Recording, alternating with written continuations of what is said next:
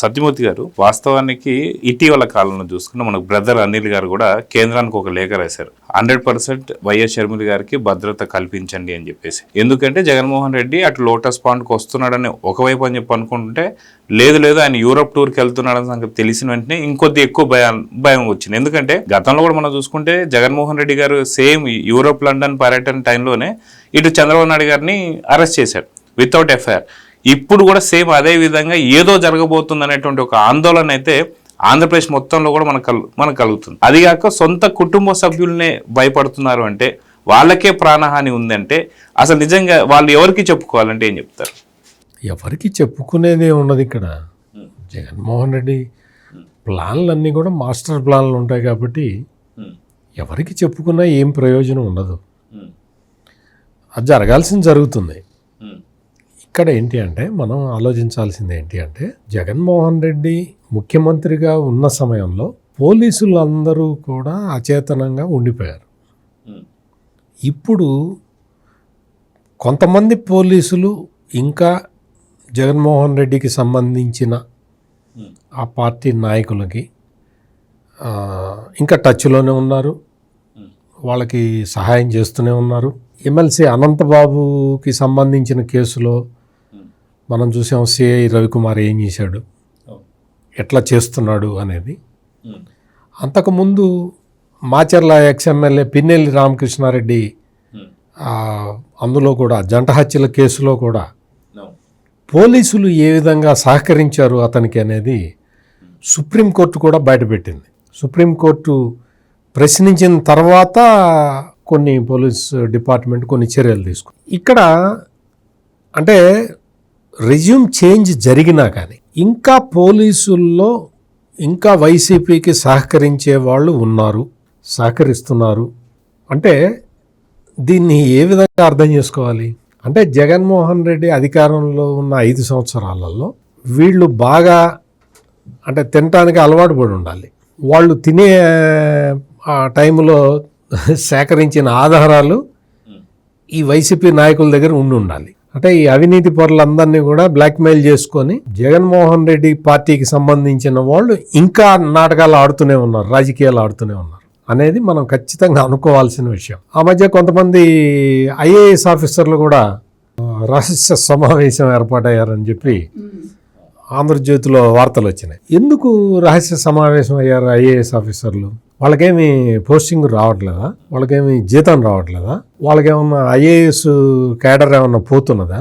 ఎందుకు సమావేశం అయ్యారు అంటే, 9 మంది ఐఏఎస్ ఆఫీసర్లు జగన్మోహన్ రెడ్డి అధికారంలో ఉండగా వీళ్ళందరూ అవినీతి బురదలో కూరుకుపోయి ఉంటారు. వీళ్ళ ఆధారాలు జగన్మోహన్ రెడ్డి దగ్గర ఉండుంటాయి.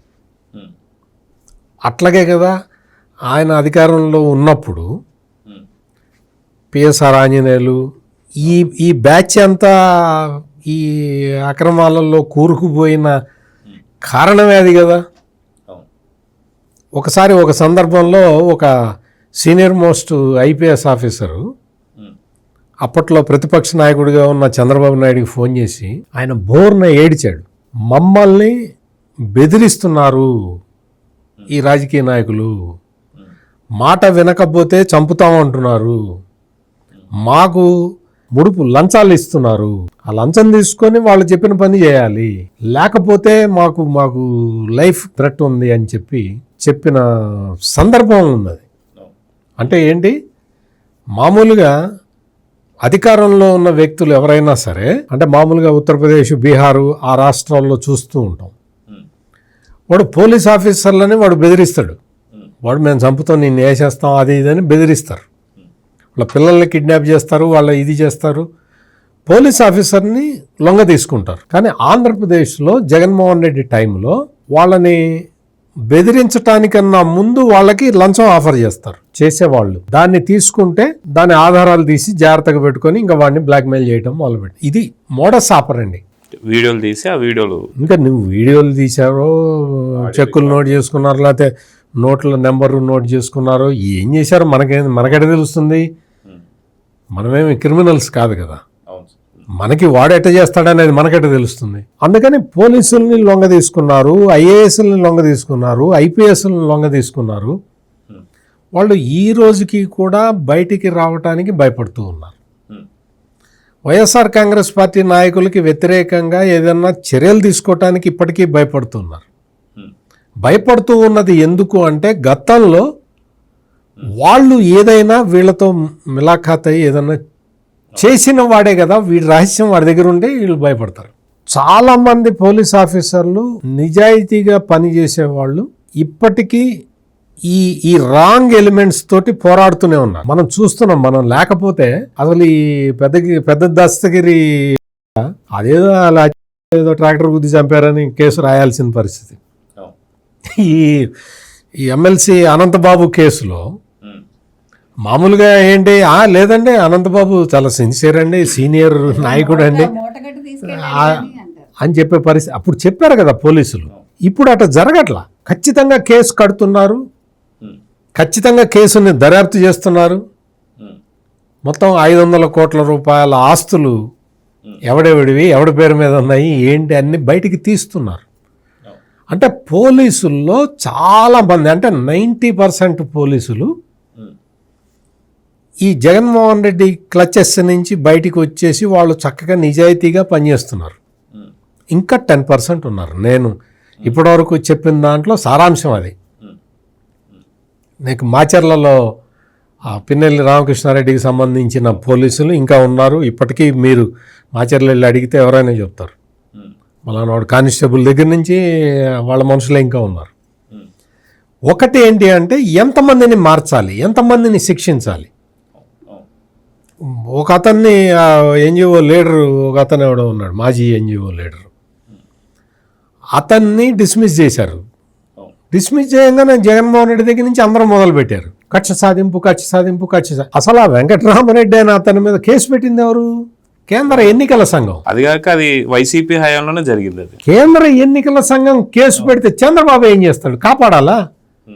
కేంద్ర ఎన్నికల సంఘం దగ్గరికి వెళ్ళి ఆ పాపం జగన్మోహన్ రెడ్డి నమ్మిన బంటురోతండి, అతని మీద కేసు పెట్టద్దండి అని కేంద్ర ఎన్నికల సంఘానికి వెళ్ళి లెటర్లు ఇవ్వాలా చంద్రబాబు నాయుడు వెళ్ళి? కేంద్ర ఎన్నికల సంఘం కేసు పెట్టింది. ఇతను వెళ్ళాడు, కడపలో ప్రచారం చేశాడు.